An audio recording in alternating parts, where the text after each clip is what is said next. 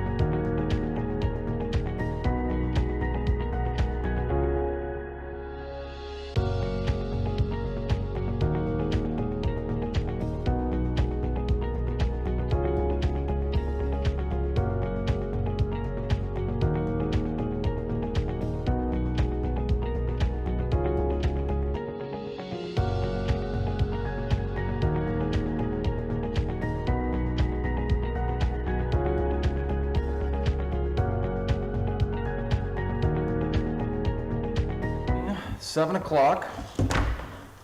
We're going to call this meeting to order. Welcome, everybody. Good afternoon, or good evening, for that matter. All right, so we have a couple things on the agenda here. First we're going to do is a roll call. Would you be so kind as to... Here? Here. Jay Ward. Here. Wayne Wetletter. Here. Joe Parisi. Here. Peter Delaney. Here. Jessica Ramsey Sanchez. Here. I like the new sound. It's pretty nice. This is high tech right here. Yeah, where he moved to the other side. You can actually hear us. Yeah. All right, so there's two items on the agenda here. First thing we're going to do, actually, we'll do the minutes first. Has everyone had a chance, the opportunity to read the minutes? Mm-hmm. Okay, so I would entertain a motion on those minutes. I make a motion to approve the minutes of March 16th. Motion's been made to approve the minutes. Do I have a second? I'll second it. All right, and seconded. Any questions on the motion? I've got one comment. I don't know if we're changing, but I'll mention it anyway. It said, the minutes say that the previous minutes, the February minutes, were passed. It doesn't note the voting because I know a couple of us abstained. Mm-hmm. So I don't know if that's important to capture in the minutes or not. That's a good question. Well, I know I believe, from my recollection, that the minutes were approved. I'm But I don't know not if questioning that. I'm if just we're- saying, the minutes- should the minutes reflect The that at vote least itself. one, if not two of us abstained? It says all were in favor and the motion passed, so maybe that needs to be changed to all those. Who abstained? I know I abstained because I wasn't at the February meeting and didn't feel qualified to vote. I must have missed that. I can watch the video again. So I think that would mean that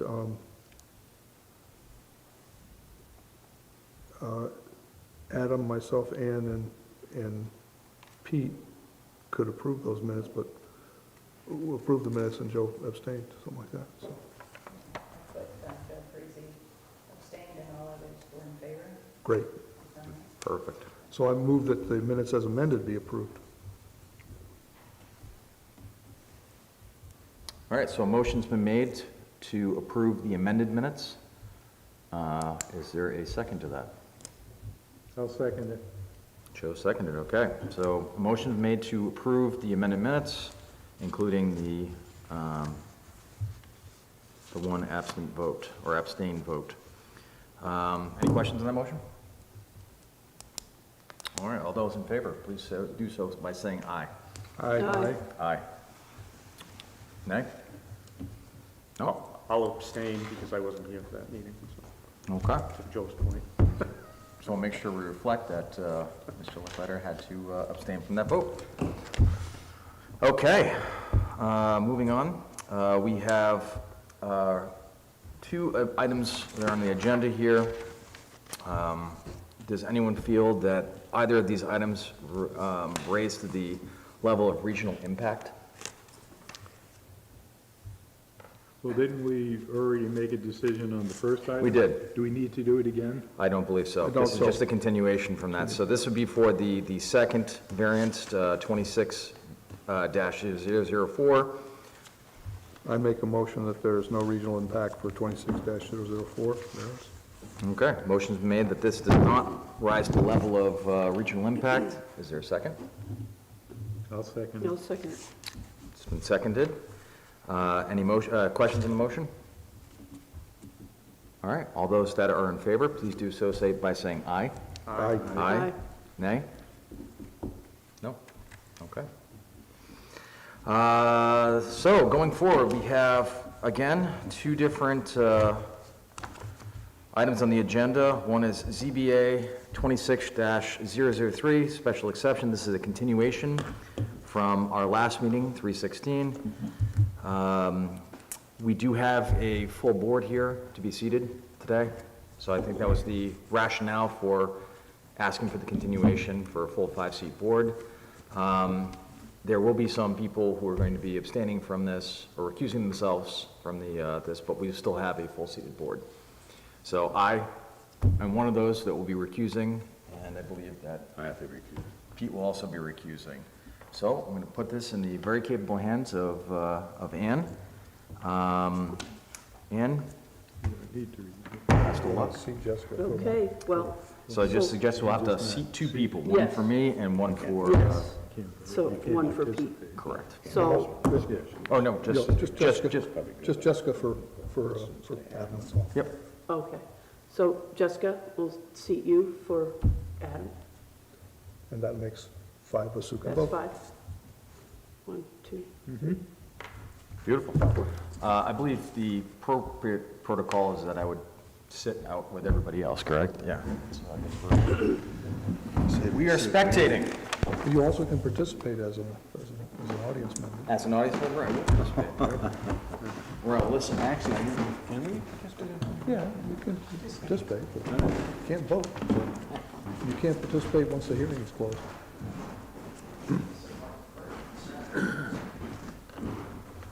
Okay, so Adam, shall I read this, or do you want to kick this off? So this is for ZBA 26-003, which is a special exception. So Eversource Energy, through its consultant Normandeau Associates Incorporated, has submitted a special exception applicant pursuant to Section 9 of the Town of Swanzey Zoning Ordinance to allow development in the floodplain district. The proposed work is part of the Eversource A152 transmission line project, which spans approximately 16.9 miles through multiple municipalities. Within Swanzey, the project involves replacement of 4 existing utility structures within the floodplain district. There's a slight mistake there. It's not just 4 in Swanzey, it's only 4 in the floodplain district. So this application is only for those 4 structures. Staff doesn't have any comments. Conservation's comments are as follows. What is the timeline for this project? The application includes protections for vernal pools and a potential turtle wintering area. They indicate that the timing is critical, so I think Conservation Commission just wants that clarification on timing. That is all I have. Okay, so, Just a quick follow-up. yes, Adam, have they said what the time to do it or the time to avoid is? Nope. They did not Seems clarify. like- Yeah, they just wanted to know the timeline. They didn't indicate what timeline should be avoided. We could probably figure out what that is. I mean, vernal pools have a known time period, and also the wintering is wintering, so. But I'd like to hear what the Eversource people have to say. okay, so we'll go ahead and open the public hearing then. Yeah, go ahead. I was going to say, do you want me to? Yes, please do. In fact, anyone that will be speaking, we'd like you to come up here and introduce yourselves. I'm Adam Shakimas from Eversource. And I'm Bill McCloy with Normandeau Associates. So we can address the time of year question from the Conservation Commission. So the Normandeau and Eversource have been coordinating with the New Hampshire Fish and Game Department as part of our state wetland permit, which has been, the application has been filed, it's pending a decision on that. And part of that process, they indicated that they would prefer work to be completed between October 16th and April 14th. And they've requested provisions for the potential turtle overwintering habitat, which is a pond located near one of the work areas. And I think Eversource is planning to do the work in the fall and winter to avoid, as was suggested, the vernal pools are active in the spring. So. Thanks. Is there anything else you want to add to what you'd said? Well, we had some questions directed last time, but is there anything you thought of that you want to say about the project that wasn't said before? I think Adam, appropriately mentioned that, the focus of this special exception was the 4 permits in the floodplain. There is other work in Swanzey outside of the floodplain, but, we can answer questions about that, but, perhaps afterwards. I guess my question is, the abutters who were sent the notices, were they abutters to this work that is in the floodplain, Adam, or are they to all of it? Okay.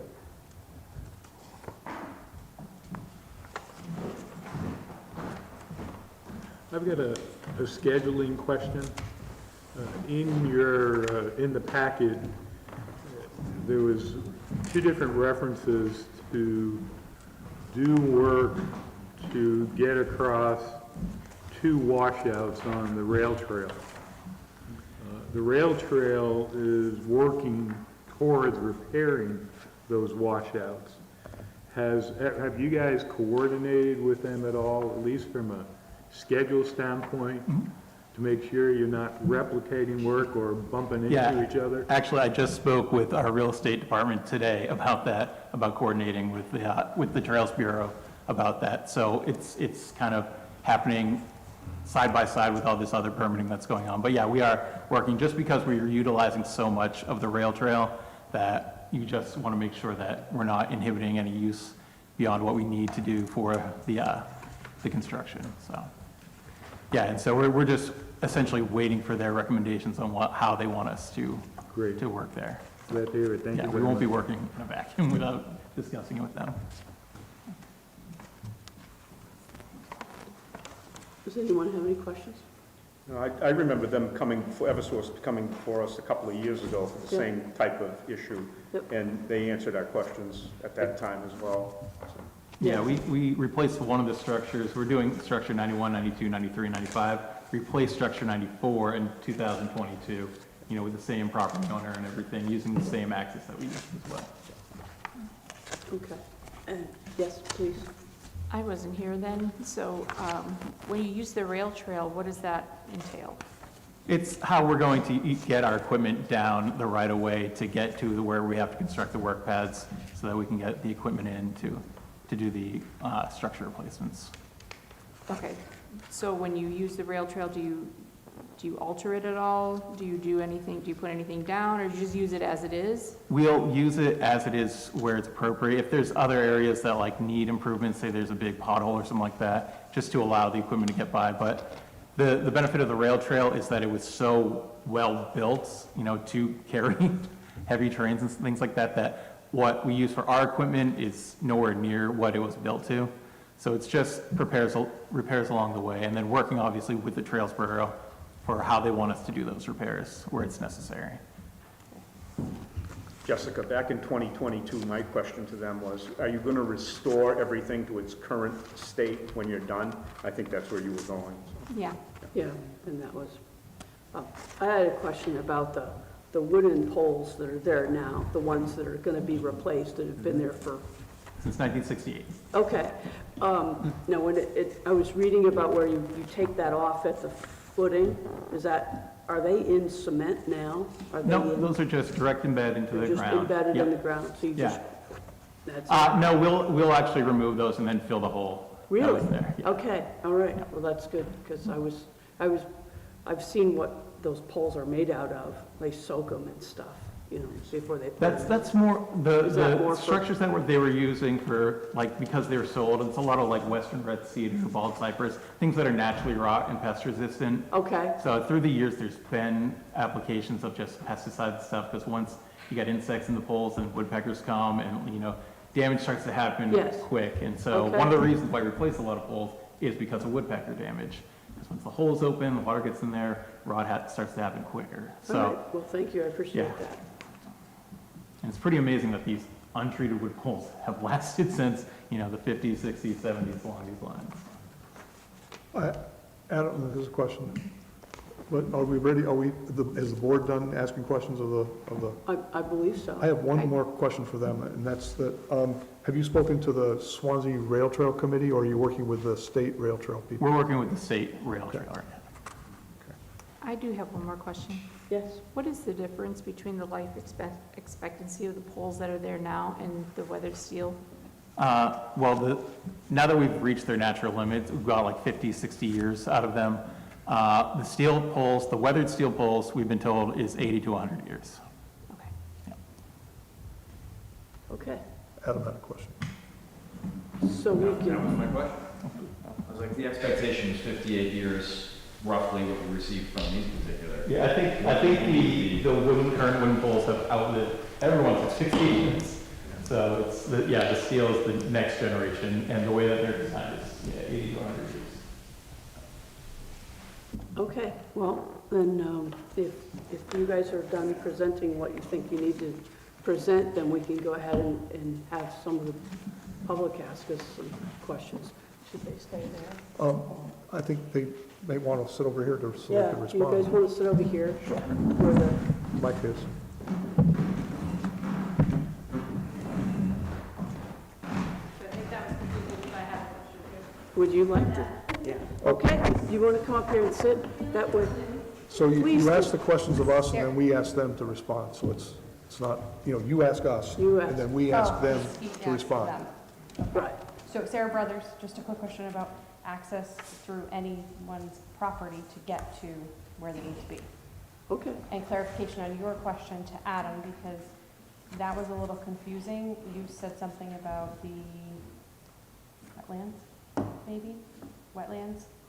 No? Oh, the vernal pools, you need to be, Was it just for everybody in town who had an abutment, or was it for everybody only? So that it was was a only the confusing ones that answer. were impacted by the trail construction, the pole construction. That's what, I was only asking about the pole construction area where they're putting the poles, replacing the poles, whether that area in the floodplain was going to impact the vernal pools or not, and they're working around that because they're working in the winter when the vernal pools aren't there.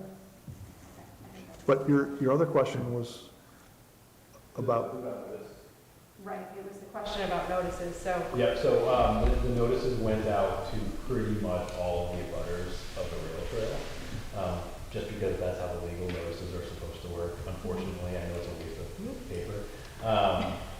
So they went out to way more people that are going to be affected by this specific development in the floodplain. So, That was the term, floodplain. floodplain, sorry, yeah. So there's only 4 poles in the floodplain that they're proposing to replace here, but they're replacing more poles along the rail trail, so. Right. Yep. So then maybe that's where my question comes in on access through others' so property. you're asking them if they need any access to other property. They're going to use the rail trail, but do they have to go through any abutter's property to get to do the work? So that's a question for you folks.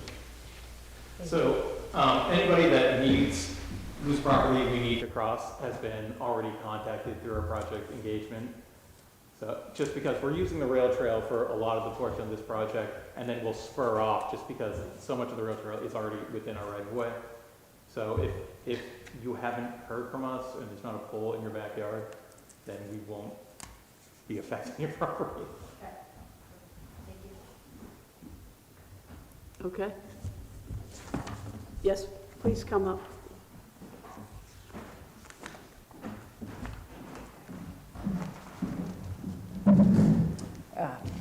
Cynthia Cordes. I'm actually on the Swanzey Rail Trail Committee. So, Cynthia, Cynthia, Cordes, Kordys. Thank you. I would recommend you come to our next meeting on May 7th, 6 PM. Be here in Whitcomb Hall. So that way, be able to let us know. We've had a lot of projects going on and put a lot of work into maintaining the trails. So any equipment, we certainly want to make sure you restore it back to, as it was. I think, and it does take some time for the Trails Bureau. The wheels turn slowly. I can attest to that. I think question about for the wetlands part, because you folks did some work on my property. My husband and I were on the Eaton Road, and it was during the winter time. It was January, but our wetlands got damaged. One of your, piece of your equipment got stuck in there, and that damage was never repaired. So I just think people, the board ought to know that. Can you respond to that? Do you remember that? Was that structure replacement work or was that vegetation maintenance? It was to put some, not necessarily I believe it was like a ground wire. These were probably back in, I want to say maybe 2022, Okay. some guide wires. I mean, they were supposed to, these vehicles, they kind of look like the monster trucks. Oh, the fat trucks. So they were not supposed to do any damage because the ground was theoretically frozen and all that, but I think one of the drivers or operators was a little too, Overconfident? just maybe a little inexperienced, and he ended up getting stuck in our wetlands, and the other vehicle had to pull him out. No, that's on Eaton Road? Yes. I can say that for this project, all the work in wetlands will be done from temporary timber mats that are placed in the wetlands. Equipment goes over them, you know, when they're doing the work, and then they're pulled out in the areas, seeded and mulched. Sometimes, you know, landowners, and not suggesting it was you, clearly it wasn't, you know, other people use the right-of-way for all-terrain vehicles and logging and things like that that are sort of outside of the control. This sounds like a specific situation with one of Eversource contractors, but for this project, those timber mats are going to be used in all the wetland areas, and they're pretty effective. I mean, they're very effective. Yeah. But you're hearing the concern from the Oh, yeah, squatters about. absolutely. You know, I'll Yeah. look into this tomorrow. And yeah, Adam, is that something that she brings to the attention of the town to address, or? No, I would bring that to Eversource. Okay, so Eversource knew, and did you get somebody to follow up with you at that time, or? Yes and no. Yes, Our experience has been poor. Poor on the communication, so there were a number of occasions where subcontractors were on our property without our permission. We didn't know about it. The most recent was actually last year, when last September, they were supposed to do some vegetation management, and they actually did not stay in the right-of-way. We caught them on one of the tree service, one of the workers on the camera walking in, but he was not carrying a saw. He just had on his helmet and the vest. But they cut quite a lot of brush. We knew nothing about this. We would not have known they were there, except for we had the camera. So my husband, he said, well, since they did all this work, and there was no, we have a picture, wasn't carrying a chainsaw or anything, how did you get to your right-of-way? Cynthia, do you want to talk to us? so be following up with her? Yeah, do you about- want to talk to us after this? Like, Yeah. I'd be happy Oh, to yes, talk about this. but I just, Yeah. I'll No, certainly. I appreciate you bringing that to our attention, because, I just think The feedback's important. the communication Okay.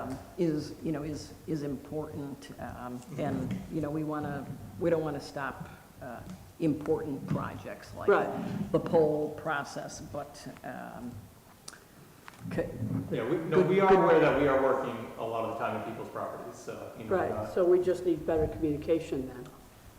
Yes. oh, yes, and I think just, good follow-up, so, the timber mats, they do, protect the property, Yeah. but, I think just so, any property owners here, make sure, they get cleaned up afterwards. All right, So, well, thank you very much. Thank you. absolutely. Jessica? Will you guys have subcontractors working on this project? Yes, yes, we will. We have, the project gets awarded to a line contractor, and depending on which line contractor it is, some of them are able to self-perform the civil work, others don't have that capability, and so they subcontract to a civil company. But at the same time, we also work with Normandeau, who is out there doing inspections of all the work that's getting done. You know, and we get weekly reports, and that all gets filed with the state and with the company and everything like that. And so, and then it's discussed with the entire project team. So we don't like our contractors out there working in a vacuum without any sort of oversight. Okay. We can't tell you what to do, but I would suggest that you go overboard trying to make sure that people whose property you're abutting right there in the project know what you're doing and when you're doing it. And, yeah. I agree. Okay. Yes. Do we have any other questions from the public? I got a comment. They worked on my property for 2 years, and I had the whole construction crew on my property, and they cleaned it up perfectly. And they also have wetlands people that come every other week and check it after. So it has to do with maybe a smaller subset of your subcontractors then. So, well, we appreciate you working with Cynthia to resolve that. Yeah. Thank you. Okay, well, if we've heard from the public, yes? Yes. Adam Mulhern, 225 Matthews Road. So when you guys, this goes back to a previous part of this, maybe it's the same project, was a previous component of it. There was extensive surveying done up and down the rail trail, which my property just so happens to abut, hence why I'm out there. Was that surveying done? I'm assuming it was done by Eversource. Is that accurate? If it was happening in the right of way, then it's a safe assumption that it was probably done by Eversource. It was done at the same time, right prior to all that work being done, all the transmission lines going across the trail on that section of the road. So I was just curious if that was something that was coordinated by Eversource. Yeah, I mean, there's all kinds of mapping that happens out there, like Normandeau and others, natural resource consulting companies. We map all the wetlands, streams, natural resources. We hang pink ribbons. Yep. So the contractors know where they have to put the mats down and where they don't. You know, what's a wetland, what isn't. But as far as like more traditional surveying, Eversource works with surveying companies or their own surveyors. You know, they'll do stakes where the new poles are going to go, where all the guy wires are going to go if there's guy wires. So they do that kind of surveying ahead of time. Yeah, so if that's what you're seeing, you know, stakes and stuff. yeah, it was basically from Sawyer's Crossing all the way down to Keene State. That whole section of it, all of the backside of those properties were pinned. And I'm assuming it was done at the pins of the backs of those property lines, the stakes. Yeah, it could have been edge of right away as well. Yeah. And, you know, if things are happening in the veg management world where, you know, that could be part of one of those projects as well.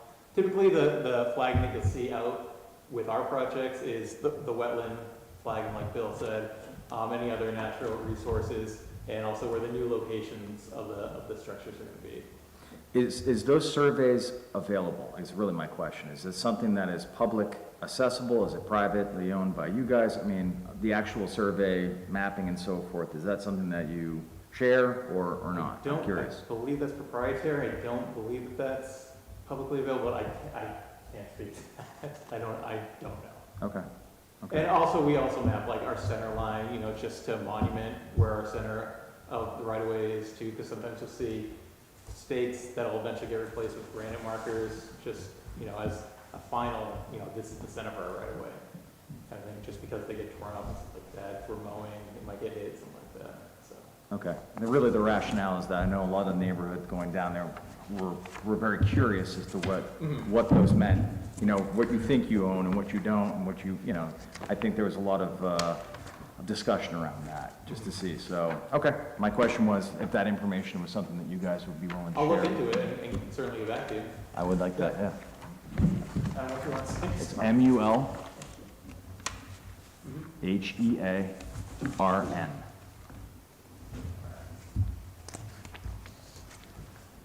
Thank you. Okay, so with no more comments, I think we'll close the public hearing and talk amongst ourselves for a few minutes and see if anybody has any questions we want to talk about. So the line is existing, and the poles are existing and all of that. Yes. But as far as the pads go that they're building, are those completely new to the line, or are there any that are already out there that they're just making more of them now?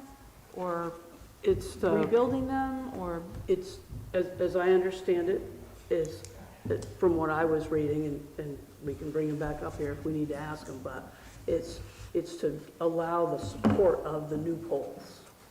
So the old poles is what you're asking about, the old supports, old I'm pads were talking the about old- the pads that they worked off of. So the way I understand it, they're building these pads not only to install the new poles, but, and lines on the poles, but should any damage ever occur, any future maintenance, they actually have a place where they can put their trucks and work off of. But I'm just wondering if that's completely new to it, or if there are already, if those types of things exist and they're just. Yeah. Jessica, the pads that they mentioned are temporary pads that they bring in so that they can do the work in the wetlands, is the way I understand it. And they remove those pads when they're done. It's so that they can get their equipment into the structure to set it and remove the old. Okay, That's then what I they're talking misunderstood, about. because I was thinking that they're actually talking about, the timber matting is one thing. Yeah, okay. I'm not I think we talking need about to- the timber okay, matting or okay. the special, because there's all different types of matting even. You're talking about the base for the new structure. I'm talking about the actual pad that they're. what are the steel poles stuck into? So we'll have to, Talking about the work pads. Yes. Yes, where the equipment sets up to do the work. And depending on where we are working, we will leave a 30 by 60, just a maintenance pad. So if there's any sort of emergency, a bucket truck can get there and get up to the line and replace, like a shutout insulator or a drop conductor or static wire, something like that. But if we're working in somebody's backyard, it's a manicured lawn, obviously if it's in a wetland, then we can fully restore the site as well. You know, it's a structure by structure basis based on the existing parameters at that site. And obviously landowner input as well. So when you say leave a pad, Yes, the public hearing closed, so do we need to reopen? yeah, I Yes, think we're can going we to, reopen? This is not a Because public hearing, this is the board asking questions. yeah, I don't know. They're the public, right? So, yeah, we have to reopen the public hearing. okay, well, then we're going to reopen the hearing briefly to ask this question. So I think there's a little confusion around what is going to be left in there after you're done, and what happened, is there any support structure from the old poles that is being removed? That's the question I'm hearing. You want us up there? Yeah. Yeah, if you would, please, thank you. Was that fun?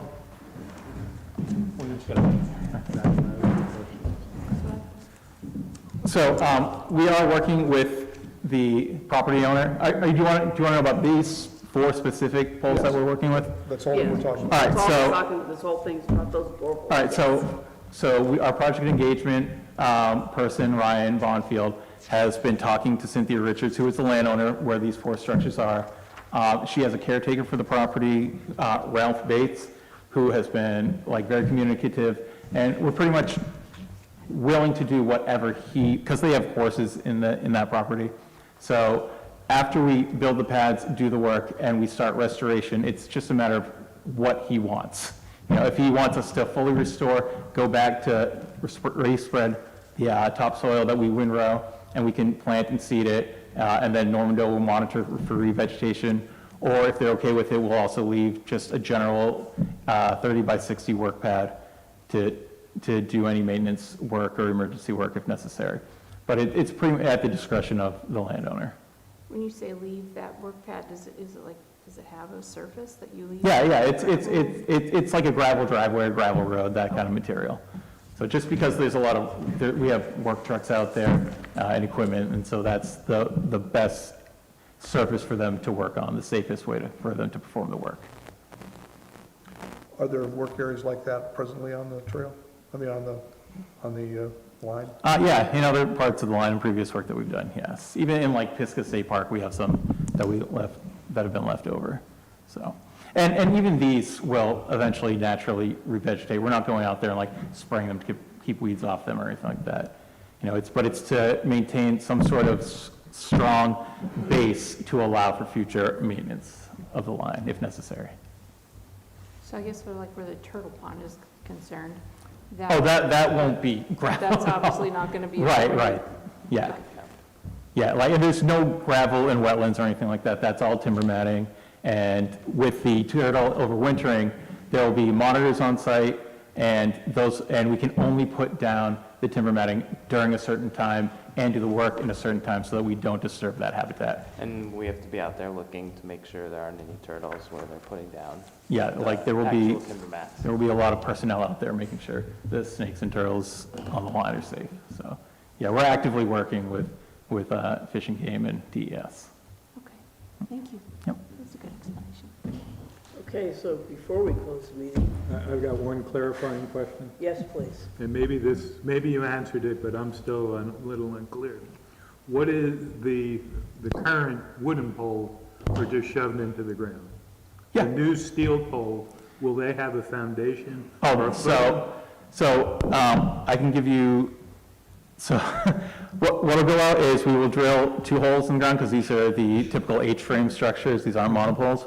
It'll be 48-inch corrugated steel caisson that goes in the ground. And then surrounding that will be about 6-inch layer, 6 inches wide of crushed stone going around that.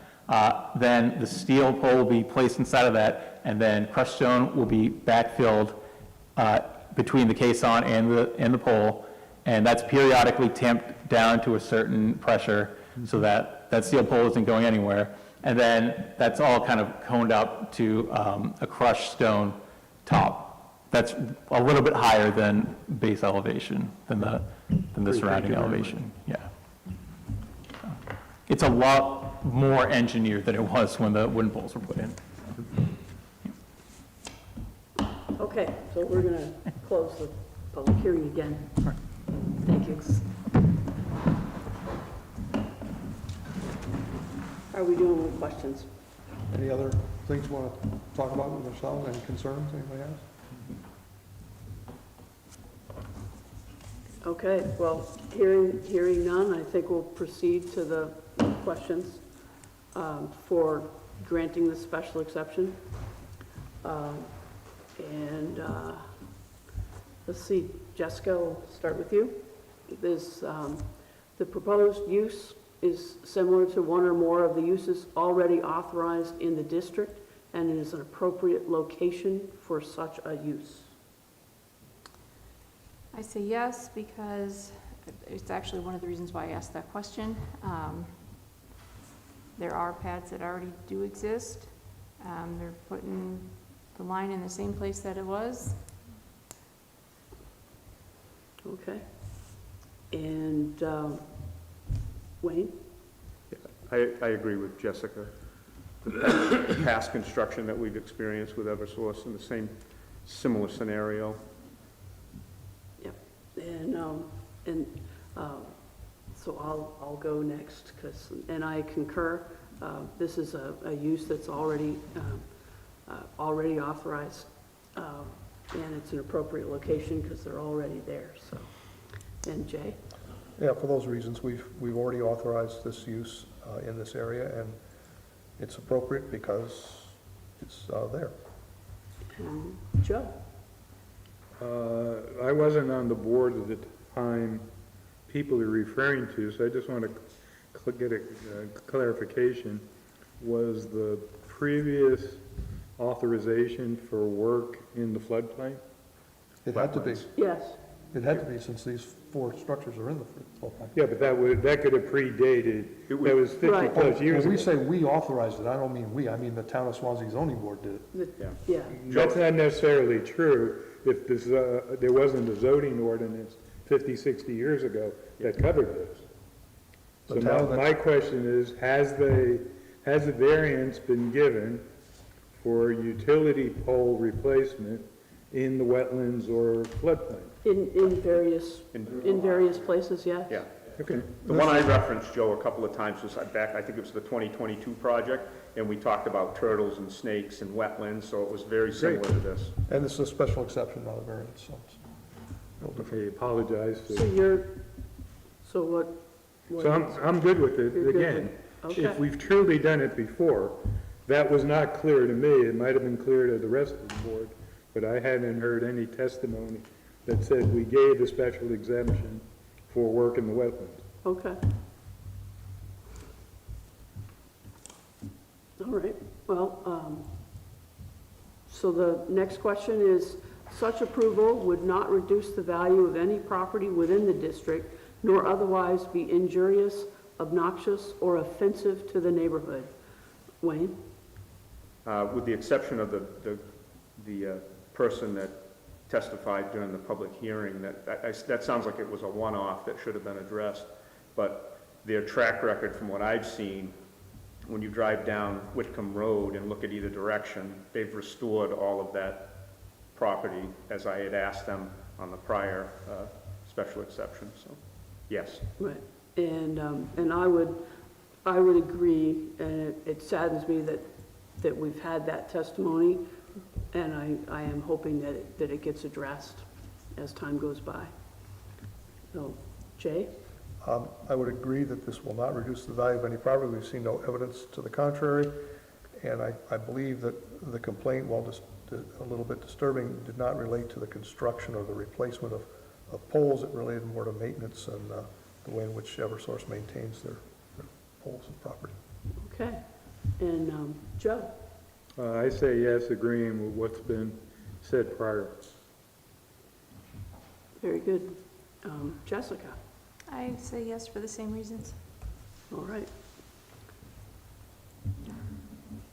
And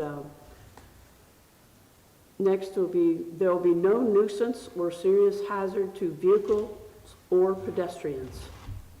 Jay? I can't imagine any hazard, given the way the project is going to go. The only people who might be inconvenienced would be people trying to use the rail trail, and that shouldn't be an issue. Okay. And Joe?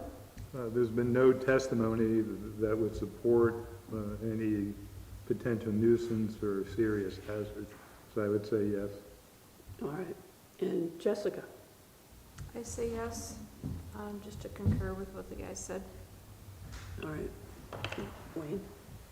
I would say yes, knowing the scope of this job, I'm sure there's proper protections put in place and safety and traffic control and things like that. And I would agree, just based on what I have seen in the community, in the work that's been conducted in the past. And I'm in that river quite a bit in the summer, and it seems very professionally done, so. Okay, and let's see. The final question then is, adequate and appropriate facilities will be provided for the proper operation of the proposed use. Wayne? Yes, based on what the applicant provided to us for information. Okay, and I would agree. I haven't seen any issues within the document to indicate there'd be an issue with that. And Jay? I agree. I think what's been described to us is a pretty comprehensive approach to getting this work done. And Joe? I would say yes, and again, the plan is well thought out. It was clearly articulated, and there was no testimony to the contrary. Right. Jessica? I say yes, based on what was written in the packet, that the proposed project will not require additional facilities for operation of the utility corridor.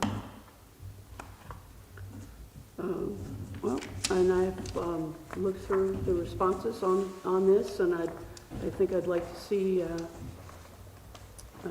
we have, if somebody'd like to make a I may make a motion, we motion. grant special exception ZBA 26-003. I second. All in favor? Aye. Aye. Adam? Adam, you're up.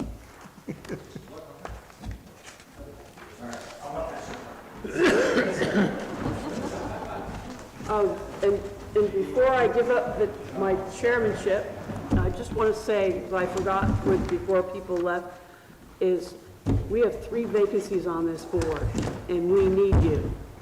So anyone that's here tonight that feels that they have an interest, or they want to attend some meetings and see if it's something they might be interested in doing, we would love to hear from you. Thank you. Thank you, ma'am. Good.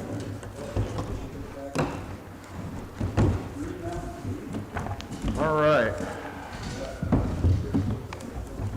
Moving forward. I'll just kind of describe it as you're setting up here. So we have ZBA 26-004. It is a variance from Fieldstone Land Consultants on behalf of John Rowan, who submitted a variance application under Section 4, Article A1 of the Zoning Ordinance. The applicant proposes the construction of a 6,000 square foot building to operate Belt's septic tank services within the rural agricultural district portion of the property. The site is identified as in tax map 224, lot 21, which is currently split between the business and the rural agricultural districts. Adam, you mind teeing us off here? Just give any thoughts that the, yeah.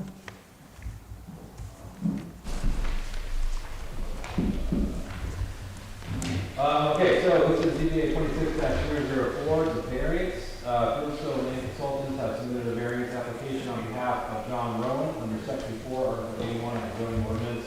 The applicant proposes the construction of a 6,000 square foot building to operate Bell Septic Tank service within the rural agricultural district portion of the property. Site is identified as tax map 224, lot 21. So the applicant is requesting this variance because the lot is split into 2 sections. The front half of the lot is the business district, the back half of the lot is the agricultural district. There is a provision in the ordinance that allows the building to extend into the rural ag district a little bit, but no more than 30 feet. The applicant unfortunately extended past that 30 feet, hence the need for a variance. Actually, I've received no comments from department heads. Staff has no comments other than we wish it was just pushed forward to comply with the ordinance. But the applicant has reasons that they will get into. So other than that, I don't have any comments. Thank you. Can I ask, it's not within the rural ag, the building is partially within that and partially in the business district. Yep. It's not, it reads as though the whole building is in the rural ag, and that's not true. It operates within the rural agricultural district portion of the property. Okay.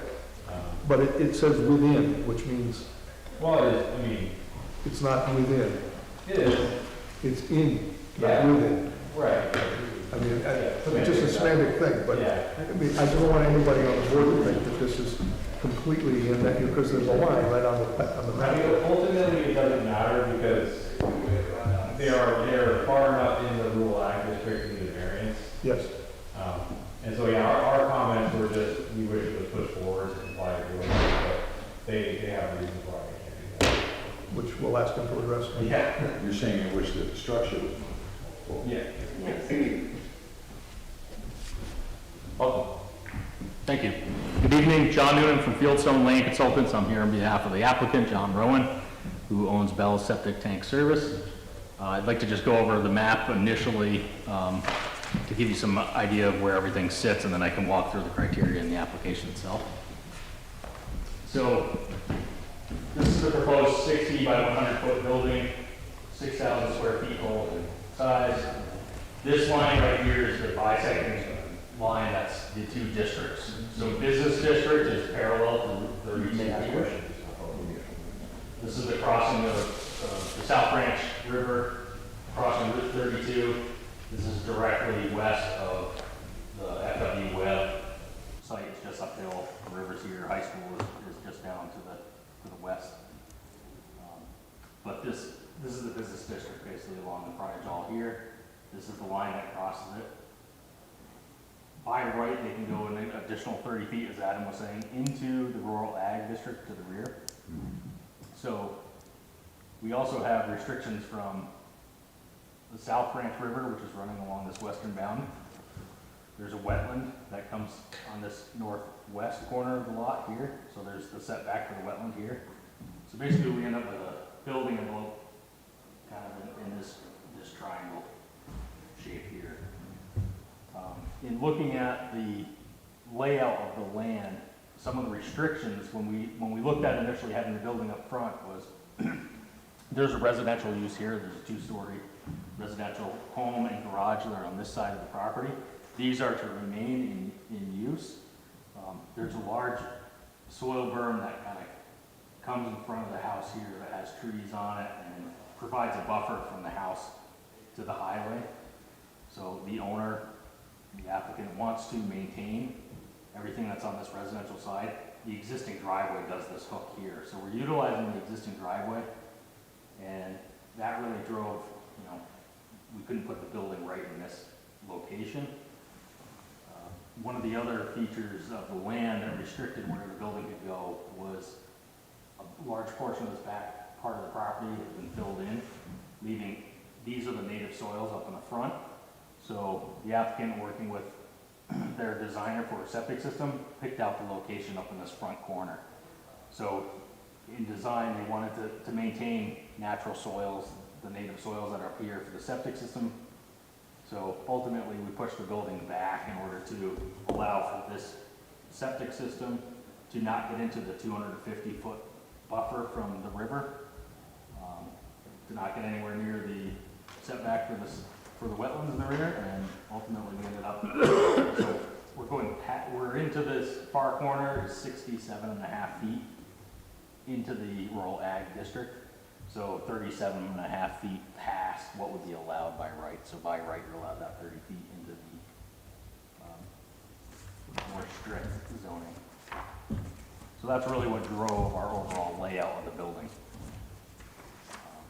Is the hardship required by being next to the river, being a split zone, trying to maintain an area for a septic system, and from the wetlands at the rear. So kind of drove everything over in this area here. So that's the layout.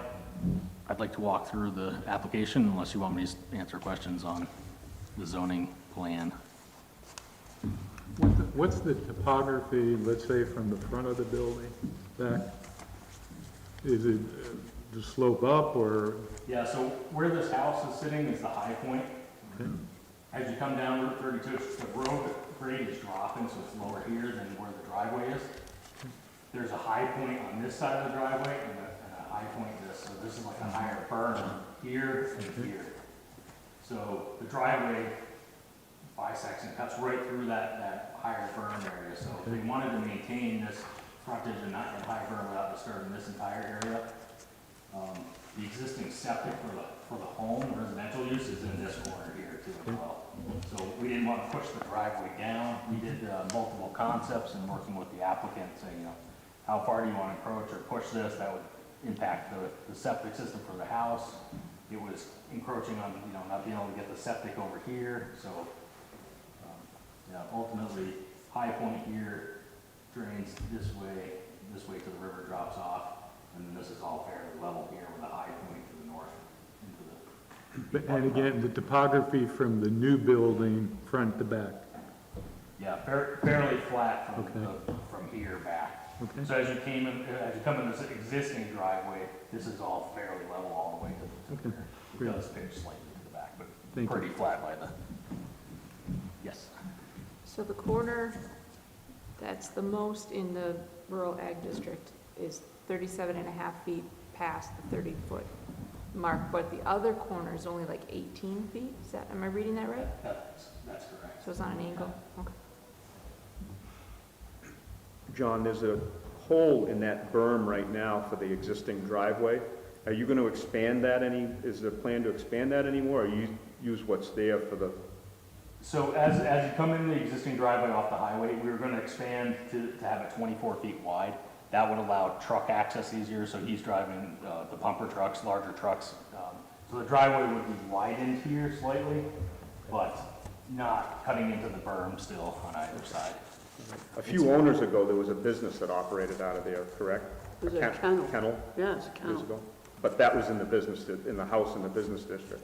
Yeah. How much of the building would you say is going to be visible from Route 32? So as you drive by, the driveway opening is probably the most part where you're gonna see the frontage of the building. So the business portion where customers could potentially go in, and there's parking at the front, that would be visible basically just as you drive by right at the opening of the driveway. Once you get past heading south, I mean, it's immediately, Right. that You berm won't is see it. blocking it. When I went down here tonight, I saw a truck in there, but that's all I could see. The rest of it looked like I might see the top of the building, but I wouldn't see the frontage so much. Correct, yeah. You touched upon a point that I'd like to explore. I think it makes sense to probably ask the question prior to you going through the questions here. Let's go to the use of the facility itself. You mentioned customers and clients are potentially coming in. So can you just give me an idea of what the use of this property is going to be? I mean, outside of storage and thing, just what kind of traffic, what are we looking at? Yeah, so I might even ask, so John Rowan's here who runs the business, but he is running a septic pumping service. So they're bringing in tanker trucks. They are going to pull them into garage bays out back here if they had to work on them, if, repair them, put hoses or clean anything out would be interior to the back portion of the shop and workshop. The front would be for their office personnel. And if they had any walk-in, if someone walked in wanting to have their septic tank pumped and they walked in with a map of their property or something like that, they might park here. I don't know how much, front customer-facing business you would have. Very minimal. Somebody might stop by to pay a bill or something like that, but it's not like we have traffic in and out. So I guess that's. Where it is now, and I don't intend to change that. Okay. And that really was the question I was saying. Outside the storage of trucks and maintenance and so forth and employees that be using this, how much traffic are we looking at from a customer or client perspective? If someone comes in to pay a bill, which is pretty rare nowadays. Hopefully they're paying their bills. Well, there's alternative ways. How they're doing it, yeah. Okay, and then from the property itself, I'm just trying to get a feel for, is that entire circle around the building, that represents parking lot and driveway and so forth, do we have enough space that all these trucks are going to be able to get into these bays Yes, so effectively without? we provided roughly a walking area. So as we presented to the planning board, this is going to be optional to be paved. Initially, he's going to have it just be gravel, crushed gravel drive extension and parking lot around it. We left on this front area was 5 feet if he wanted to do a sidewalk, but ultimately for pedestrians to walk, and then 20 feet past that, and then we did a 24-foot drive aisle. So 24 feet is your standard road width. So it gives plenty of space for them to loop around. We have 65-foot radius here, 50-foot radius in back. So this is a pretty large area in order to get the trucks around the back and turn and maneuver. They could also drive right in front, straight through. Yeah, so on this side, this will be a covered roof here where it's 18 feet wide. They can also drive under the roof here straight to the back. Okay. Or park directly underneath that. And the bays, they might put the trucks in open which way?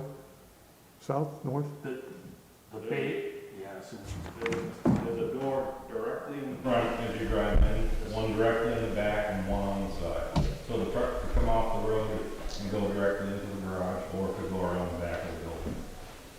Okay. yeah, so there's no overhead door. As John mentioned, is here, the north end and east. Okay. Now, the actual site plan is still subject to review and approval by the planning board. Absolutely, we're starting here at the zoning board in order to get the location approved and then ultimately move to planning board. Going back to Adam's question on usage, the existing operation further south on 32 is moving in total to this facility? Yes, correct. So there won't be trucks stored where they are today. They'll be undercover in the garage here. Correct. Okay. And is the facility itself being built with that in mind, where all vehicles will be, all trucks will be covered? Yes. How high is the building? 30 feet. 30 feet? I looked that up. Good. That was my question. And you're most likely going to go over this. I read your questions and so forth, and the answers to these questions, but as it relates to, you know, these are the questions we have to answer ultimately, right, in terms of the voting. You know, surrounding property values is a question that sometimes people struggle with, you know, on terms of answering it, because it's tough to decipher what would impact and how do you perceive that. But I would imagine one thing that would come in would be, you know, the use, the constant traffic back and forth. Now, I would imagine that septic system trucks don't bring money in if they're sitting in those bays, right? So they're gonna be out and about. How does that typically run on a daily basis? Are trucks going in and out all day, or are they going out in the morning, coming out in the evening? morning, back in the afternoon. Okay. Typically not in another driveway more than that. So the traffic would be limited to pretty much, majority of it, to two portions of the day? Correct. Okay. Yeah, and as part of that too, we're in modifying the driveway, this would go back for a change of use with the DOT, for an updated driveway permit with DOT. The existing traffic that's generated with the same business is on 32 already. You're basically just moving it further up. And the owner lives in that house, right? So, yeah, so it's not bothering you. Right, and If it is bothering you, that's too bad, but, yeah. Right. This is the closest residential use would be here. There are houses directly to the north. You know, as far as the use, the Keene treatment plant, sewage plant is really close by to this. You know, so you're closer by to where he's ultimately bringing Where he's the going. drop off and everything, so. Is FW Webb the abutting property, or is there something in between? No, there's. A couple of houses. Two houses. Two Yeah, I was houses trying to give a location. and an empty lot. Yeah, there's the right property directly to the west, or sorry, to the east here.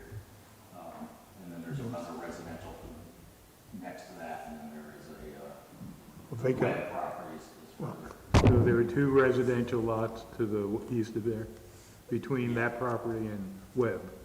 and another vacant lot that hasn't, And that then Keith Bell owns, yeah.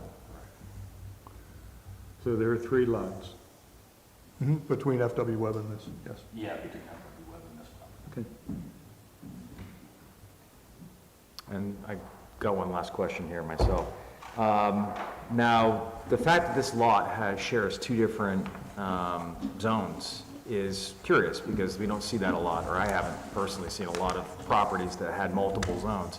Can you give me a little historical? Do you have any idea what prompted? Why does the town have your lot separated into two different zones? Why that finding is there? There's a lot of lots in Swanzey that are separated. Yeah. Certainly on 32, so Yeah. Sure. it's an offset of the highway. Yeah.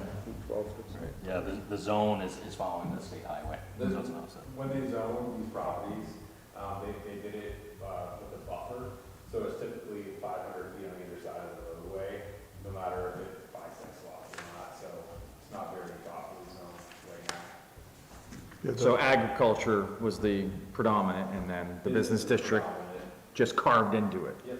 Okay. Yeah. We've had to deal with that all the way up and down Route 32. Where is the property line on the right side?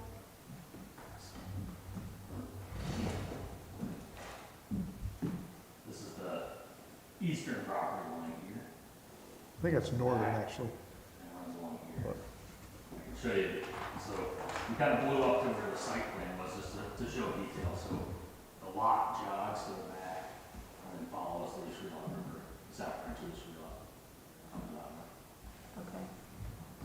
Trying to figure out where the building is now, because it's going.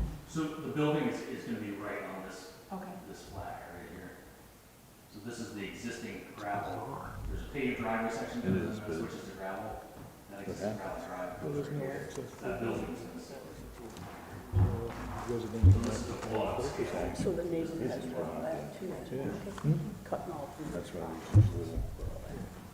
Now, just to clarify, I think I know the answer, but there's no other frontage or access to the R&A portion of the property. It's all from 30, the only access is from 32. Correct. It's large. Wow. Yeah, but it's barn. That's where it was to start with, until they cut the business in. Yeah, well, it was all R&A. Yeah. So I have a question Adam, for I've got a question for Adam. Okay. And Adam, I don't, would you poke him? Oh, okay, you didn't look up, so I wasn't sure if you thought I was talking to this Adam. When this is said and done, there'll be a residence and a business on the same lot. That's okay? If it was the other way around, if they had a business and they wanted to put a residence, then they'd be in CU because a single family home is not a permitted use in business districts.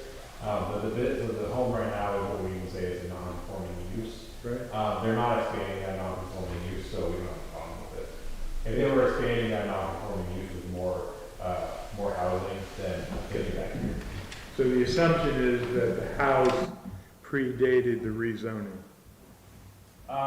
It's there existing and it's being used, so it's okay. If they ever want to expand the housing use, then they'd be back to see you guys. Okay, because they're non-conforming, expanded non-conforming use. Yeah, but because this conforms with the permitted uses, we're okay. Okay, thank you. Yep. Adam, just one other clarifying zoning question. This is a large building, and I remember having to approve large buildings before, just because of their size. Is that part of what this approval or not? No, I think if this was considered an accessory structure, it would be different, but I don't think I would consider this an accessory structure. This is actually a business property that's in the zone. Okay, Yeah, correct. that's what I'm thinking. It's only a portion of the property, of the building that's in the agricultural zone, right? Correct. It's not the entire building. No, We're just, not And there's re- only, does it That's why we're talking having about been it. a kennel Yeah, before? we're not have any rezoning, bearing? it's just that It was a business If we move before. forward another we've had 37 feet, we've had to approve 6,000-foot barns Yeah. in the ag district. And that's what I'm saying. We've asked a lot of questions, but maybe you go through the... yeah, so certainly, I'd like to read all the criteria and go down. It'll be Please do. somewhat long-winded, but I'd like to answer each criteria and read it into the public record. So based on the variance application, we have criteria number 1, granting the variance would not be contrary to the public interest because the granting of the variance would not be contrary to the public interest because this is an existing lot that lies within 2 zoning districts, listed as the business district and the rural agricultural district, where an encroachment into the adjacent district is allowed by up to 30 feet. The proposed business use is an existing long-standing business in town, and the new building will be located with the front of the building in the business district and facing the frontage of New Hampshire State Route 32. As seen from the public highway, the proposed building will appear to be in the business district and consistent with other businesses along the state highway, as intended in the business district. For this reason, the use would not be contrary to the public interest. Criteria number 2, granting the variance would observe the spirit of the ordinance because the spirit of the ordinance would be observed as the public-facing portion of the new business would operate within the business district, where the office that is open to customers and provides parking for customers is within the business district. For this reason, the spirit and intent of business district zoning is upheld, with the business use being conducted within the business district. Criteria number 3, granting the variance would do substantial justice. Granting the variance would do substantial justice as it would allow for the proposed building to be located on the property in a way to maintain features of the property that are favorable to both the applicant and the public interest. The trees along the road frontage and the large soil berm that serve as visual buffers between the existing residential and the highway, and buffer noise from the highway to the residential and business use on the property. The proposed business would be visible from the public way, however, a buffer would be maintained to the residential home and the remainder of the property. The variance would allow for the building to be located to fit within its surroundings and not further impact the portion of the property visible to the public. For these reasons, we believe granting the variance would provide substantial justice to the applicant and the public alike. Criteria number 4, granting the variance would not diminish the values of surrounding properties. The proposed encroachment into the rural agricultural district is 67.5 feet, where 30 feet of encroachment is allowed. Therefore, only 37.5 feet of additional encroachment is required relief from the provision. This portion of the zoning district is not visible to other allowed uses in the rural agricultural district, and the customer end of the building will be within the business district. The existing trees and vegetation to the eastern and western boundaries will be maintained, and the area being encroached will not be visible to abutters or the public highway. For these reasons, we do not foresee any adverse impact to surrounding properties or the value of those properties in the variance granted. Also, as noted, the traffic is not going to be any different than the existing business that's already on Route 32. Criteria number 5, unnecessary hardship. Literal enforcement of the provisions of the ordinance would result in an unnecessary hardship because the special conditions of this property that distinguish it from other properties in the area are as follows. Special conditions of the property are that there are 2 zoning districts that bisect the lot, business and rural agricultural districts, that the lot abuts the south branch of the Sweelot River. There's a protected water with a shoreline protection setbacks as set by the state, manipulated soils that restrict the location of the septic leach field, and the lot has an existing residence and garage. These are special conditions of the property that impacted the proposed location of the new building, and if the literal enforcement of the zoning provision were upheld, there would be a substantial undue hardship placed on the applicant. The placement of the building ensured that there would be limited impact to the abutting rural agricultural uses. The shoreline protection buffers would not be permanently impacted by the parking lot or building. The business could have a septic system constructed in the native, undisturbed soils at the southeast corner of the site, and the existing residence with the existing buffers would remain. For these reasons, the special conditions of the property had a substantial impact on the proposed location of the business and the associated site improvements. Subset criteria A. Owing to the special conditions of the property as set forth that distinguish it from other properties in the area. Part I, no fair and substantial relationship exists between the general public purposes of the ordinance provision and the specific application of that provision to the property. The proposed partial encroachment of the building into the adjacent rural ag district was driven by the special conditions of the property, where the building was located to limit impacts to the abutting properties, the residents on the property, preserve the area of natural soils for a septic system, maintain the front soil berm and trees along the highway, and to not impact the shoreline protection buffer from the river. There are no fair and substantial relationship that would benefit the applicant and the public if the variance were denied, as these features would be impacted by locating the building completely within the business district closer to Route 32. Section II, the proposed use is a reasonable one. The proposed use is a reasonable one because it balances the proposed business use and the existing residential use while minimizing the impacts to the abutters, the frontage along New Hampshire Route 32, and the shoreline protection buffer. The widening of the existing driveway to accommodate larger truck access to the business will provide a safer scenario than the existing condition. For these reasons, we believe that the proposed use is a reasonable one. Subset B, if the criteria in subparagraph AI and AII are not established, an unnecessary hardship will be deemed to exist if and only if owing to the special conditions of the property as set forth above that distinguish it from other properties in the area, the property cannot be reasonably used in the strict conformance of the ordinance, and a variance is therefore necessary to enable a reasonable use of the property.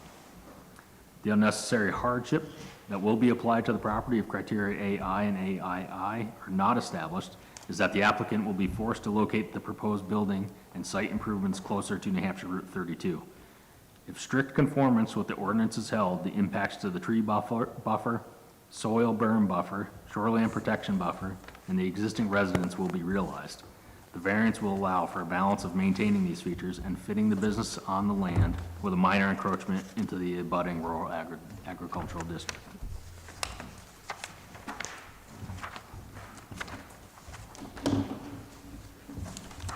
One of the, what I heard and as I read through it, one of the compelling arguments / justifications is the ability to locate the septic system in a natural soiled area. I gotta imagine septic systems go in disturbed areas all the time. So can you comment on what the real benefit is? Or alternatively, what the hardship is putting it in a disturbed area? Certainly. So the disturbed area to the rear of the lot was filled in. So as other projects were done in town, there was a lot of fill brought in on this end of the town and filled in over the back. You could certainly design if there was absolutely no way or nowhere else to put a septic system. You could put it in the fill site. His designer looking at the site, there's much better soils up towards the front. It's obviously sandier, unnative, untouched soil, so you're not dealing with what's underneath the fill, plus the fill brought in was not as sandy and good a material as that native material right up towards the highway, because there's, you know, like a lot of the areas following the river through Swanzey, very good sands, conducive to a septic system. So that really was one of the locators initially, is don't touch this area, because that's where they want to put the septic system. And then, and again, I can't argue with ideally, it would be to put it in the undisturbed area. And ultimately, it's, by pulling forward, we don't want to disturb the existing septic system to the house that is also up in that front.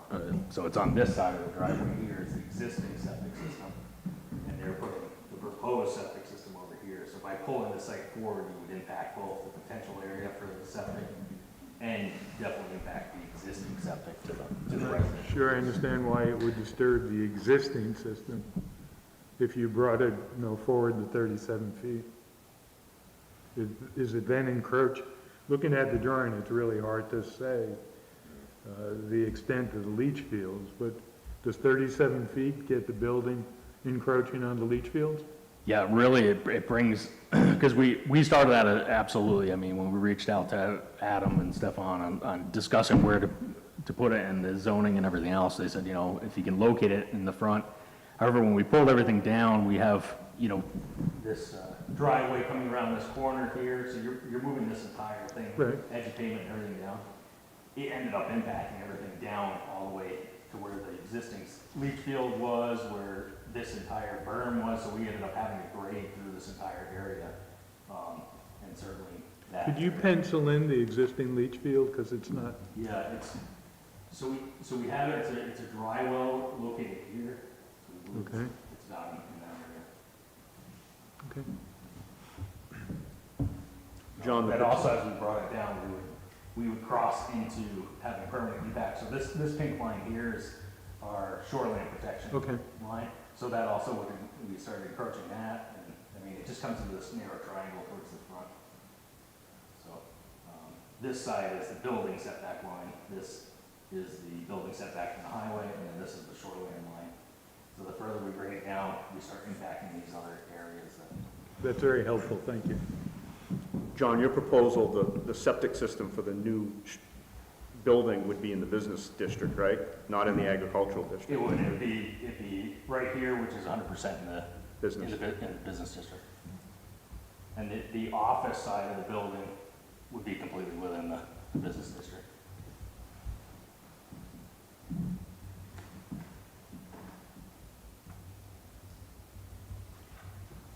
Any question? One other question, one of the, again, arguments / justification is there's no more traffic because the business is moving. So Correct. the It's an traffic- existing business on the same highway. What is the current usage and/or zoning for the existing business?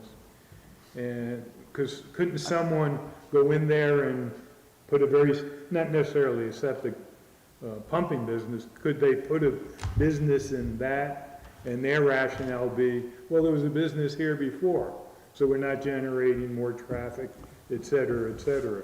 So both business using the same argument.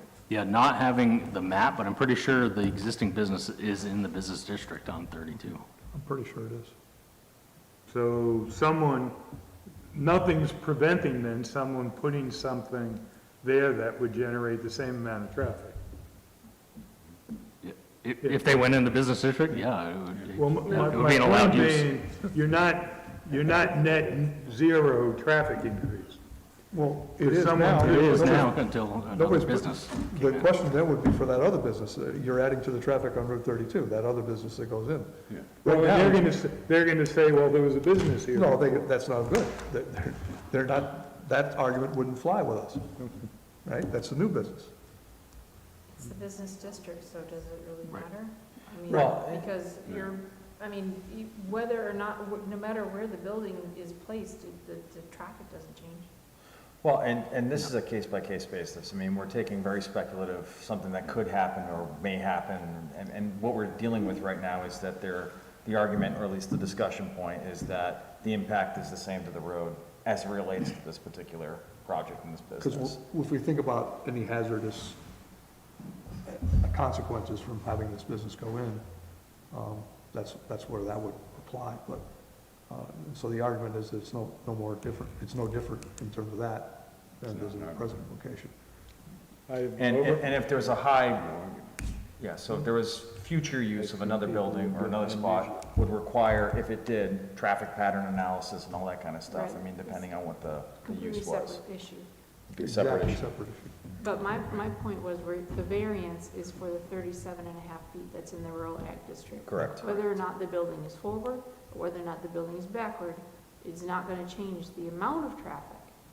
Right, exactly. So, No. that Granting was the my variance thought, you know what I mean? I wouldn't know change it's the a traffic. question, we have to answer, but as far as like whether or not we Good point. give the variance, doesn't change the traffic flow.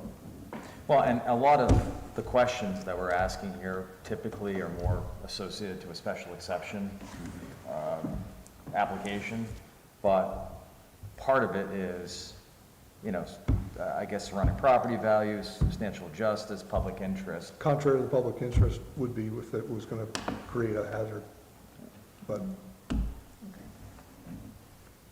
Now, this is an open hearing, so if anyone else has any thoughts or desires to speak, please feel free to do so. Yes? Me again. It's just to go from the traffic and removing the traffic from one end to the other end, I'm fine with that, but it's one of those questions around, doesn't this sit on the edge of the school zone? So then all I can think of for your discussion later is, there's a lot of students that walk up and down, right? And then you've got these larger vehicles coming in and out around school start and end times.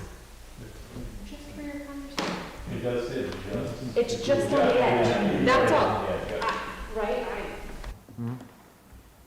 just an awareness issue. But they won't be driving through Main. Oh, absolutely. Right. I'm not complaining. But won't be isn't that, driving- Just, it's really close to the edge. Students walk on the other side, the sidewalks on the other side. They walk on both sides. Do they walk on both sides? Yeah. but isn't that a planning board consideration? Sure. Not necessarily consideration for the variance. I would also point out the septic trucks are going right to the treatment plant, so they're coming up and turning there pretty close to the same location anyway. Yeah, I mean, the variance we're looking at is specific to the encroachment into a Right. property, not on the use of, from a business perspective, and that's what we're looking at. Okay, any other questions? Everyone good? Thank you. Thank you. All right, hearing no questions, we're going to close the public hearing portion of this, and any discussion on the motion? All right, on the motion, yeah, I'm sorry, I've gotten that far. On the application. I would just point out, I mean, I've been doing this for a little while, and it's not often that we come up with, you know, applications that are dual zone like this. I mean, it does happen, I guess, with these areas on 32, so. We've had a few. Yeah. I remember the storage place on Route 12. Yep. Backside was residential, front side was business. But from a perspective of, you know, one of the questions we have to figure out is what makes this unique, what makes this different, you know? So I think there's a circumstance here that kind of jumps out, is what I'm saying. Yeah, it's that 37 and a half feet that we're questioning, right? Yeah, It's- correct. we're- And it's not 37 and a half It's not- feet square, it's 37 and a half feet on one end and Into just the- pointed out yeah. 18 on the other. So Okay. it's, And I was want to point out too that one of the purposes of designating something as rural ag is simply because it may later become a different zone as the town grows and evolves. And this is certainly an example of use that is expanding into a zone that wasn't thought of in the past, but not necessarily not allowed for. It's not as though there's a farm back there that's being impacted. Do you remember if we had this with the Webb building when they expanded? They were allowed to go a certain number of feet into the rural ag, and they didn't go beyond that. Yeah, they're much closer, their portion of it is much closer to the road It's set. less than 30 feet. Okay. But that wasn't part of, from my recollection, that wasn't part of the variance itself when we did that.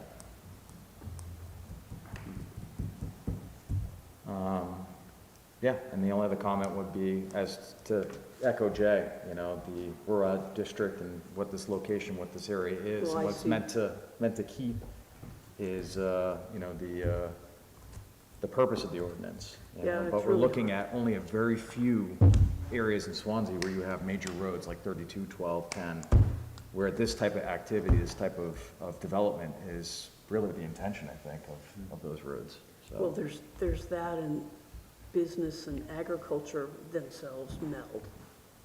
And the building has sort of an agricultural use. I realize there's no farming going on, but Somebody growing Oh, something. they're farming something. they're farming something. Hurting.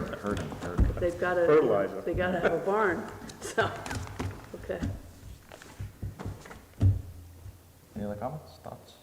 We'll go to the questions then. All right.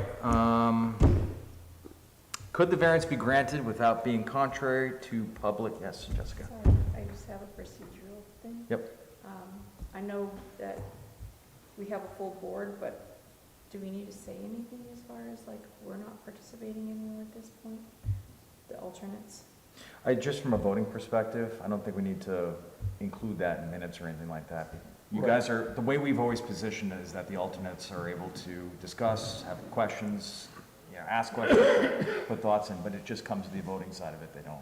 So as we go through the variance being granted, are you allowing the alternates to weigh in on this, or is it just the voting? members? The time for weighing in is now complete. So the discussion is where we're able to hold. So as you go through the questions, it's just the five of us who are? Correct. Okay. Correct. So I'll only be addressing this to Wayne and Jay, Joe, and myself, these questions. Make sense? Okay. All right, again, could the variance be granted without being contrary to the public interest? Wayne? Yes, based on what was presented to us from Fieldstone and the questions that the board asked of him and the answers, I would say yes. Okay. Ann? Yeah, I'd say yes, for those reasons, yes. Jay?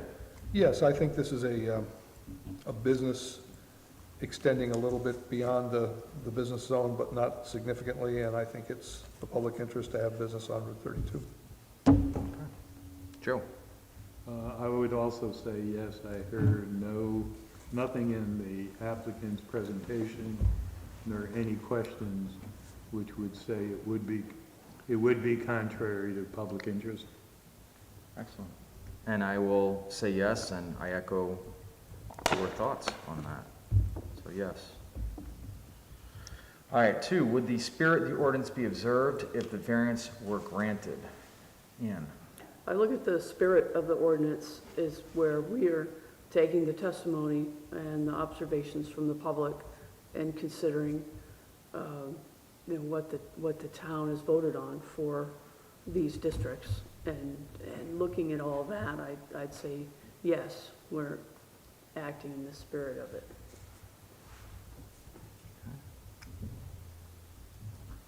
Jay? Yes, I would agree with Anna, but I think I would also add that the division between the business and the rural ag was meant to allow for business use close to Route 32 and rural ag beyond that area, and I think that spirit of the ordinance is still observed if the variance is granted. Okay. Joe? I also say yes, and I would agree wholeheartedly with Jay, and even steal his words. Done. Wayne? Yes, based on what everybody said. Yep. And I'm going to say yes, too. I think the spirit of the ordinance here is to protect certain zones from, encroachment and business activities, and I think this minimizes the best it can, or not the best it can, but it minimizes the impact, especially if you take into consideration the large portion of the lot that's not being impacted by this use. So, and inaccessible outside of where the access is to the business district to begin with. So yes. Would the granting the variance do substantial justice? Jay? Yes, I think the constraints on this property, on building on this property and locating the business on this property are such that the granting the variance will do substantial justice to the property owner, and the public is not going to have any injustice done to them. Okay. Joe? I would also say yes, and again, stealing, Adam, your approach, not granting the variance would do injustice, given the special aspects of this lot. In fact, I don't know how the back half of the lot ever gets usable for anything. Mm-hmm. Wayne? Yes, based on Joe and Jay's testimony, or comments, sorry. And Ann? Yes, I think we've got a situation where to make the best use of the property and balance between the two things that are there. You have a private home and you have a business, so it provides the best melding of those two and takes into consideration the environment around it. So yes. And I'm going to say yes as well. I think everyone was eloquent enough. I'm going to agree with all of you. So yes. 4, could the variance be granted without diminishing surrounding property values? Joe? I'd have to say yes, but it's more, there was lack of input, lack of testimony from anyone, including any of the abutters, presenting an argument that it would diminish values. So due to lack of any conflicting information, I would say yes, and again, there's no data that says it would. Agreed. Wayne? I would say yes, based on the people driving up and down Route 32 aren't going to see any significant change in that property. That driveway is pretty wide, it's been there a while, and I don't see any, as Joe said, the abutters, they don't come to these meetings and voice their concerns, so it sounds like they're okay with it. So. Okay. Ann? Yes, for those reasons, I think that's fine. Jay? Yeah, I think the value of this property is going to increase, and that will increase the value of the neighboring properties. That's my feeling. For good or ill. And I'm going to say yes as well. I mean, as it relates to property values, this is a business use from the perspective of 32 that could be 100% there without us being involved if it was moved forward. So that use it's not really going to impact, if it would be the same use if it was moved forward as it is to where it is. So I think from that perspective, nothing changes from the potential. So, and there's been no evidence to the contrary that there would be an impact to property values, as you pointed out, Joe. So, yes. Do special conditions of the property exist that distinguish it from other properties in the area, Wayne? Yes, based on the applicant, the watershed in the back and the sloping of the property in the back, the river, yes. Yeah. Yes, and in addition to that is that prior owners had modified the soil content, making it particularly challenging for the property owner to fully utilize all the property.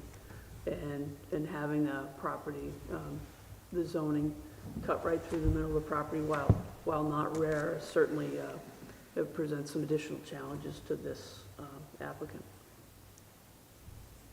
Excellent. Jay? Yes, I think the fact that it is in two zones is one thing, and the other is that the best soil for a septic system exists in an area which prevents this building from being closer, and other aspects of this. It really is there are a lot of special conditions here that we've all talked about and presented. Joe?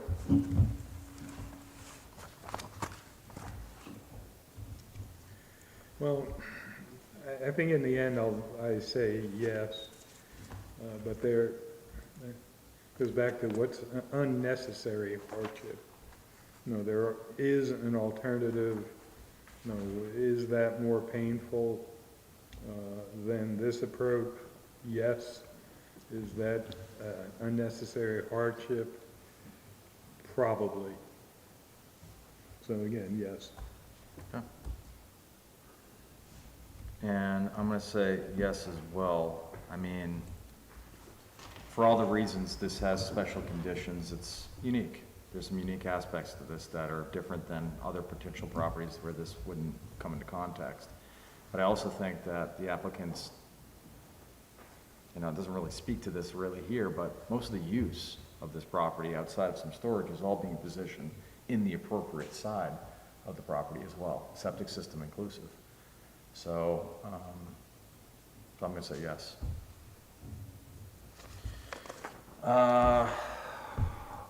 AI, owing to special conditions of the property to distinguish it from other properties in the area, there is not a fair and substantial relationship between the general public purpose of the ordinance and the specific application, the provision to the property.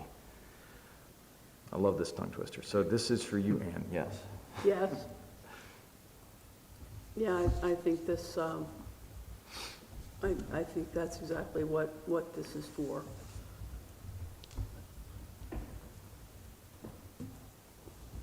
Okay. Jay? Yes, I think the specific application of the provision to the property is to maintain businesses in the business district, but because of the special conditions, that's not possible, and so there is no substantial relationship between the two of them. Beautiful. Joe? I would say yes, and again, I would steal Jay's words. Wayne? Yes. And I am also going to steal your words, Jay. I think that was well said. So yes, I would agree. And AI is the proposed use a reasonable one, Jay? Yes, it certainly is. This is a relocation of a business into an area which allows it to expand its reasonable use, and I don't see anything unreasonable about it. Haven't heard anything to the contrary either. Joe? I'd say yes, and I think it's a very reasonable use of the property, given the special conditions and the split zoning of it. Wayne? Yes. Ann? Yes. And I'm going to agree as well. Again, I'll echo what I said prior. The majority of the uses property has been focused in the correct, according to our ordinance, section of the property, and very little encroachment otherwise to the rural agricultural aspect of it. So, and it's a reasonable use for business. So, yes. All right, so we're not gonna go further. Mr. Chairman? I'm stopping that. We're just stopping at this. We always go to the next one here, so. We don't have to. We don't have to. Mr. Typically Chair- answer them all. Mr. Chairman, I move that we grant variance ZBA 26-004. No, second that. All right, motion's been made and seconded to approve the application as submitted. Any questions on that motion? All right, that being said, all those in favor, please do so by saying aye. Aye. Aye. Nay? No? Okay. You have, best of luck. Best of luck. Good job. Good job. If he, It's time.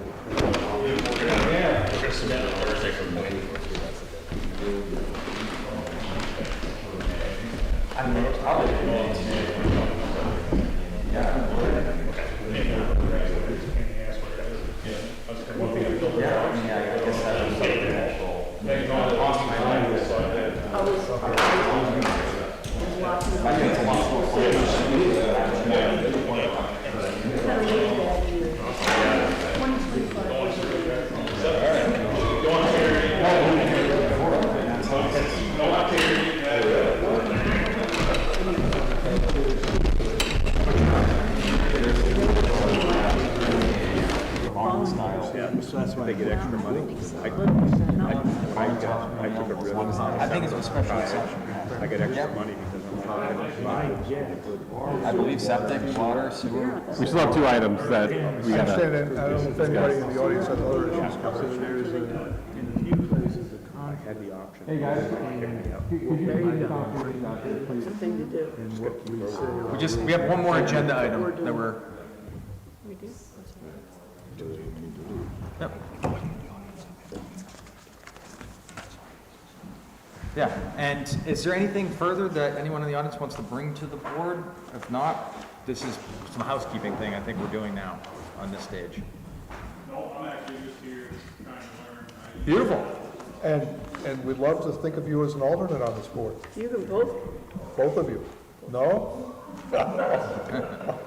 Thank you, thank you. Okay, Adam. So item number one, I believe on the agenda was Rules of procedure. all the way back up here. That's been attached to the last few packets. Does anybody have any thoughts about any changes? I have a few off the bat. We don't really have time to get into it too deep tonight, but, Did you get what I sent you? what was it? The rules of procedure. Joe. Nice. I sent it shortly after the last meeting. If you didn't get it for other reasons, let me know. Oh, yep, I got it. So I have comments from Joe, a lot of comments, thank you, Joe. I'm gonna take those comments into consideration when I do a draft, for our next meeting. I'm not anticipating a very heavy meeting next meeting, so we should be able to dig into this, with a bit more thought. So I have comments from Joe. Does anybody else have any comments on the rules of procedure for me to type up? Can I ask what things you're looking at from your point of view? I have, and Joe, I'm sorry if you already covered these, I haven't looked at your comments yet. Changing the meeting location from Town Hall to Wickham Hall, because it's Town Hall on the rules of procedure. Changing the language in the meeting times from the third Monday of every month, or, sorry, it's currently the third Monday of every month, except in January, February, when it's the second Monday. I'm proposing the change to fourth Monday, because that's what we did this year, and it worked out well this year. It just gives people more time to submit their applications, be more applicant friendly. I will propose a 6 PM start time again. I will get denied again, that's fine. I'll keep doing it every year. And then align public notice requirements to RSA standards. We go a little bit above and beyond. We can keep doing that, that's fine, but, yeah. Does anybody else have any comments? Anything you want to see? So, when we did the we closed the hearing, and then I asked a question. Yeah, you can't ask questions to the public. So the paper that I have says we can, that was why I thought we could. Unless I'm misunderstanding something. Board deliberations, closed public hearing. Right. That members of the public and receive, may direct questions to members of the public and speakers. I would cross that out. Yeah, that shouldn't be on there like that. I think that should read more so if really needed. And, I mean, we've done that in the past, though. Yeah, Cordell has stressed that we shouldn't, Okay. unless we absolutely have If to. that's, then we should do what we did, Yeah. and reopen the public hearing if we have real questions. Yeah, exactly, you guys did it right, yep. Yep. Yeah, you guys reopened it, it was Well, we couldn't talk to him unless, Sorry. you reopened So we it. gotta change. Yes, that might be an old copy, let me look, and then I'd if say that's, very few instances. Make a where I'll note. edit that and make a Yeah. new one. above and beyond. It's just that. That's some my fault, cases Jessica. we It's may okay, I think just of wanted things to let as you we know, talk like, I about would. them on the calls. Yeah. Just open the public hearing. And So- I was just talking to Joe about the training that we had. It says, once a public Yeah. hearing is closed, the application is returned to the board for a decision and the alternate's position, participation should end. So did we decide something different for our? No, board? you guys can deliberate, but then after deliberation is complete, then you guys can go to a vote, and then after deliberations are over, then the participation from the alternates stops. No, but the training we recently went through says, once you close the public hearing, the input from the alternates stops. Yeah.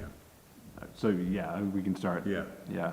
unless they made a mistake. I mean, this is what I doubt did you they guys did. remember that? That's Yeah. what, that was Well, in our training? that was always a question. I hear you what you're saying, and I think I saw the same thing in some of the training, too. No, I've got the same. We was always the question, when the alternates participation stops. I thought alternates asking questions during deliberations before the vote was a way for the alternates to express their points of view, and we valued that in the past. I always thought as long as it was, the public hearing was open, you could still But participate. you can, but after the public hearing is closed is what You we're talking shouldn't. about here. Right. Yeah, and that's, we've always said no. So if that's how you guys want to proceed, then that's fine. I mean, we've just, since I've been on the board, we've always allowed alternates to at least bring up points, but maybe it was the timing. So, Yeah. let's just say this, that if one of the alternates has something, we close the public hearing, one of the alternates has some burning question that they really feel is important to be asked, could they petition the chair to reopen the public hearing so they can ask the question? Sounds They reasonable. should have asked it before. They should have, but what if our thought processes are such that maybe somebody comes up, yeah, I'm thinking of Jessica, she says sometimes Well, she I does just some deep wanted to thinking. do it the way we're supposed to do it, and I sort of wanted to like speak out of turn, and that's why I'm just getting clarification. Is So it- it's whatever is decided, I'm good with, but you know what I'm saying? Like, I just wanted to know Well- when I should shut up. The training was very specific. Yep, And yeah, it's a bullet item. yeah, if it's in the training. Should we get confirmation from the trainers and/or the lawyers to say? that's the- No, I think we should just follow that. What They training did you went to the just? online, There was a training session held here about 9 months ago. It was done by the NHMA. lobbying NHMA. organization. Yeah. I think we should just follow along. No, it's a bullet item in the slides. Yeah, is it? Yeah. yeah. But I think. And I I believe asked, that's because there's a correct. training on May 9th I'm going to. What the training said, I think is correct, and so on, and we should follow that. I'm just wondering if there's a way, if there's something an alternate really feels needs to be asked, they can ask the chair if they're willing to open the public hearing. That's reasonable. I think that's reasonable. I would say 9 times out of 10, if not 90 times out of 91, most questions have been addressed prior to us going to this. Very few times do we have many thoughts or positions Yeah, before I we do can't a remember vote. opening, Yeah. reopening here. So, Just basically, the alternate doesn't participate in the deliberation after the public hearing closes, is the way I read it. so that, we can start doing that. Yeah, I think that it's smart to follow. And could you put that in the rules of procedure to make sure Yep. that that's clear? Yeah. So those are the only things I had. So if anybody else has any comments, just send them to me before our next meeting so I can type them up. And then I can have a draft ready for review, and then we can spend a couple meetings editing it. So what's the rationale behind moving the location? Did we decide to do that or not? We can't have it at town hall. There's not enough room. It says, the rules of procedure, the document says we meet in town hall, which we haven't met in a long We can't time. do that, yeah. So we need to revise it so it's accurate. I don't think I've met at town hall since my first meeting. Yeah. My first meeting. My first meeting was at, My first meeting was at town hall too. Well, that's why we have to update the rules and Yeah. procedures. Yeah. So they read I'm glad you're what we're clear. doing. So, and then. Yeah, that'll be, The only other reason why I asked if we should say anything is because, like, we all understand what's happening, but like, maybe, in somebody like Fieldstone would, Yeah. you know what I mean? As did a far good as like job, who's now Fieldstone. voting or who's not seated anymore or anything like that. I just didn't know if that was something that we were supposed to do, or if we just, you know what I mean? Maybe the chair should just remind us and the audience that now the only people to engage in the discussion are the voting members of the board. Well, I so asked new, you, and you said don't worry about it. well, I'm just saying, is that a requirement? no, so I'm gonna update the flow chart, I think. There's gonna be a new step. So at the very before you close public hearing, I think we'll just prompt, which we do, I think now, we prompt the board. Any further questions, please, like, think carefully. Any further questions, public hearing's closed. So maybe we'll just prompt a little bit further. But reiterating to the audience or whoever's here that only board members are voting, Yeah. is that? No, because, okay, so, because there was an alternate seated for the first, but then you guys came back, or you came back, and you came back up, but as far as, you officially sat me, but then when we went to the second part, the public wouldn't know who's actually now seated on the board Right, for there might that have been portion. confusion, yes. That was my point. Okay. It's a good point. Yeah, when we jumped into number 2, we should have, We Okay. should have said that now that's that. why I went like. So there are recusals, and who's doing that? Okay. So some, just some procedural stuff. I think we're doing okay, overall. Yeah, things that are second nature to us. Yeah. The general public, and not to diminish, not a matter of intelligence, they don't have the experience with it. We need to go out of our way to explain step by step. So maybe when we introduce the next, particular item to be voted on, or a particular petition, or whatever it might be, we need to say who's going to go reiterate Who's seated. Who's seated. And Yep. if we need to seat an alternate for And because specifically for each one, we should do that. And because if Adam had done, if we were looking for an alternate to sit for somebody in the second one, Adam would have probably had you sit instead of Jessica, just to spread it around a little bit. And in that case, we would have to say that. I don't want to get too deep into this right now. We're going to talk about this in our next meeting in more depth. If you have any things that you want me to include in our next rules procedure, just send them to me. Like Joe sent me his comments. I will write a nice draft, and then we can workshop it for a couple meetings. Okay. Any other comments on the rules of procedure? Adam, this is for both Adams. Has there ever been any consideration in putting in a limit to how long somebody can get up and speak? Yes. From me, I don't know about anybody else. Yeah. I think with a small municipality like Swanzey, it's not generally needed. But I think some more thought maybe can be put into the subject matter. So I don't want people coming up to the center table and complaining about prior service from an applicant, because. I thought she had a question. No, I'm not. That's fine. I thought she was gonna ask a question, because when she said she was part of the trail committee. Yep. Yeah. But, No, I think that's fine. I think ultimately, before somebody speaks, we just need to reiterate to the person speaking that so it needs to be maybe directly. we need to say, what is your question about this specific Yep. application? Yep, I think that'll it'll like refocus it, in a way that doesn't offend anybody. Yeah, but that particular thing was relevant.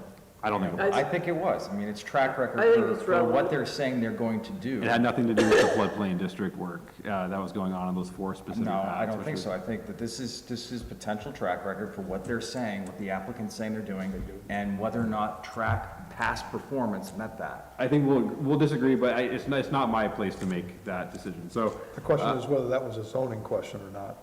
But you can't answer the question until you've Right. heard what it is. Yep. Right. You know, you can't anticipate what someone's gonna say. When we have a few speakers, we don't need to place a time limit, and I think we rarely need to place a time limit. We barely run into that situation where there's enough speakers to warrant that. I think if we notice that there's a dozen or so people wanting to speak, then we can place a 3-minute time limit on comments. But if we want to place that in the rules of procedure, we'd have to set like a hard number, like when there's this many speakers, where, I don't know if we want to codify that necessarily. It's a meeting by meeting basis. This is just a pet thought of mine. I don't know what everyone's saying. Very common with Fieldstone management. They write this very long, detailed, and then they sit there and they read it. And it's not the first time I've seen it. To me, you know, we are given these packets ahead of time and so forth to read that. Now, I don't know how you quantify that. No, I agree with that, but I asked, why I asked them if they clipped those poles at the footing is because that's what they said in the material. Yeah. He didn't say they're gonna yank them right out of the ground, which is what I prefer. What I'm getting at is just, you know, I almost wonder if that's a company procedure thing. It could very well I almost be. wonder if maybe the boss wants them I know why to they're get doing that it. on record. Oh, I know why they're doing it. Okay. It's because they've been burned in the past for not Okay. going into enough detail. Okay. So, But Adam, as a chair, don't you have the I authority to appreciate their say, detail. hey, there's no reason to read it, we all have the package, we've studied it beforehand. Even the Thank you people very much." online, well, I and would that's, think you're- and we've done that in the past. I mean, years ago, we've had this conversation with the other they're gonna engineers. keep reading it. Yeah. And And they I- went right back into it. I It's just- remember you said to Chad that he didn't have to read it, and he said, well, if you don't mind, I'd like to read it for the record. that's the Like they point. want it on the record. It's not, you know, the people online have access to the packet online, and we have access to it, but the audience might not. And so, in some senses, they're speaking to the audience here and not to us Yeah. or to the people online. I thought it was ridiculous too, to have to go through all of that. Could they just summarize it? But I'd rather them to go through. I mean, it's for the record, I get it, yeah. Again, in my mind, you have the authority to change that. or It's just trying to, I'm just trying to think about how you phrase that in a way that keeps intact their right. You know, they have their right to say what they want to say during their potential phase of the application. So we're nearing 9 o'clock. I really want to get through the rest of this before we start. Okay. So there's a couple more items. Please send me comments on the rules of procedure. We can address some of these things and codify them. And I really want to review this, like a lot of you guys want to review this yearly to make updates as needed. I'm hoping all of you saw the attached letter at the back of the packet. Does anybody have any questions on that? I've I got can read it. couple of questions. It is not directly referring to any member of the zoning board. Some of this language will be in the rules of procedure as well. No, my question wasn't that. Mhm. My question is the issue being on someone's property unauthorized, or is the issue collecting data outside of an official meeting? So you're always able, if you're at a public vantage point, you're always able to look at a property as long as you're not communicating this with anybody else. You're allowed to look at a property from a public vantage point because it's a public area. And nobody can really stop you from doing that as long as you're not bothering anybody or breaking the law. So that's not the problem. It's going onto the property without prior approval. Yeah. I'm hoping everybody has read this. Did everybody read this letter? Mm-hmm. Okay. Some of this language will be in the rules of procedure, just to solidify. When you're referring to the letter, this, Yeah, I can read it if you guys want me to. No, it's in the packet. In the packet, okay, all right. So that's just, it's going out, don't feel singled out, it's going out to all of our elected boards.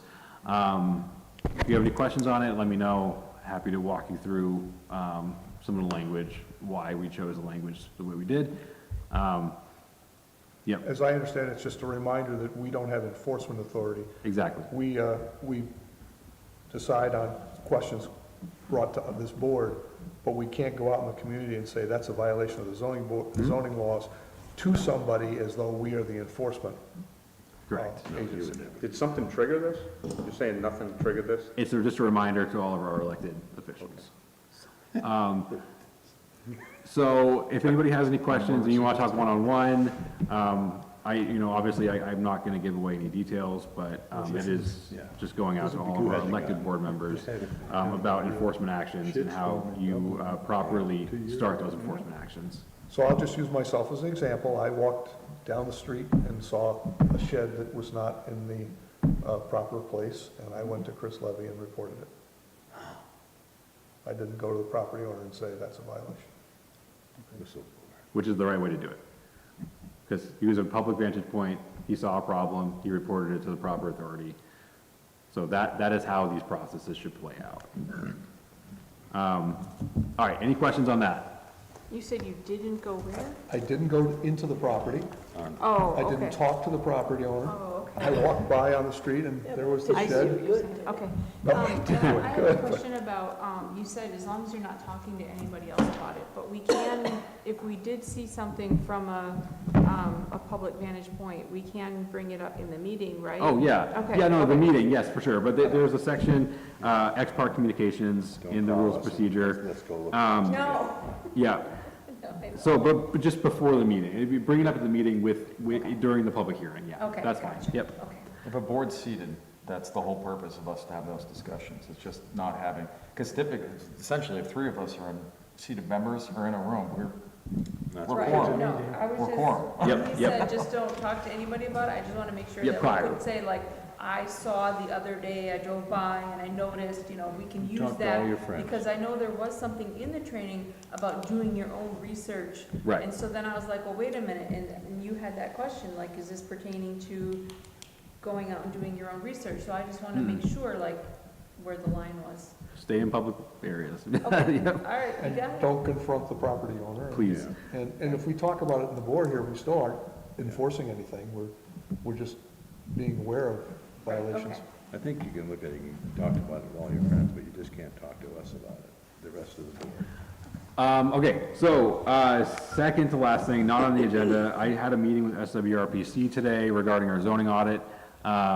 We are doing a joint meeting between the planning board, the zoning board, the conservation commission, and EDAC. Penciled in date of this meeting is June 4th.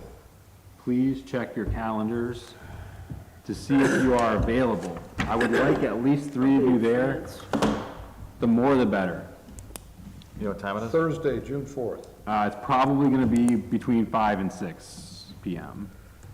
That's the start time or the length of the? It's going to have to be the start time. Yeah, the start time is going to be, I want it to be 5, it might be 6.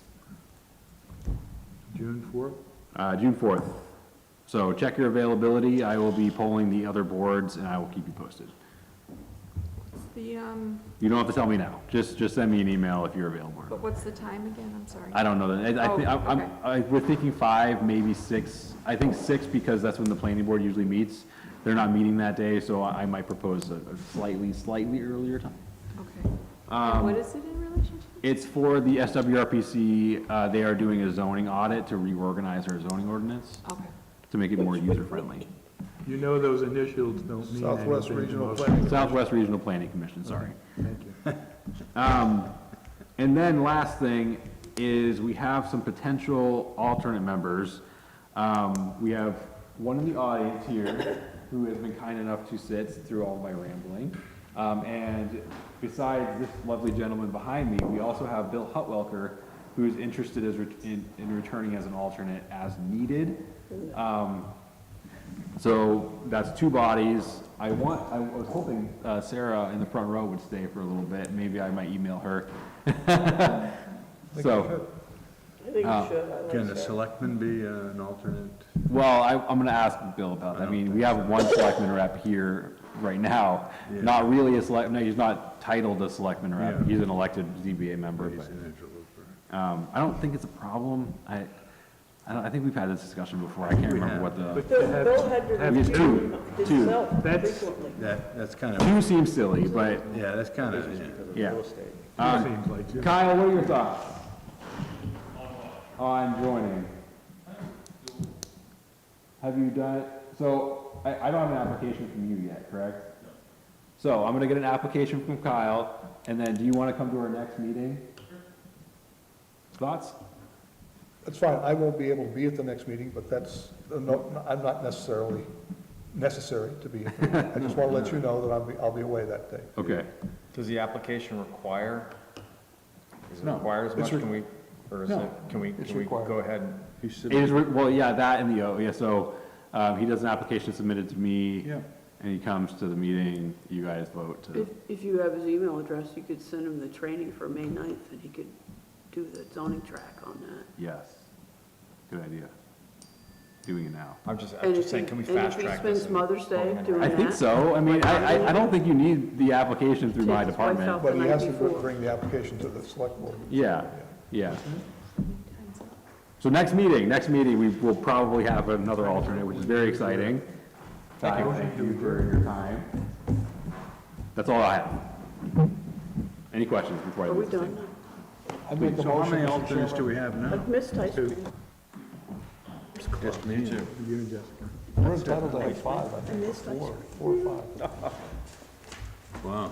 We have a bottle of Need more rosé of that. sitting on the kitchen counter. before this last election. Stop it, will you, geez, Yeah, pay 'cause we attention. had Lisa. So I make a motion to adjourn. All right, motion has been made to adjourn. Do we have a So second? Wayne- Second. Seconded. Any questions on the motion? I can't vote. Can't talk about it. All in favor? All right, all in favor? Aye. Aye, all right.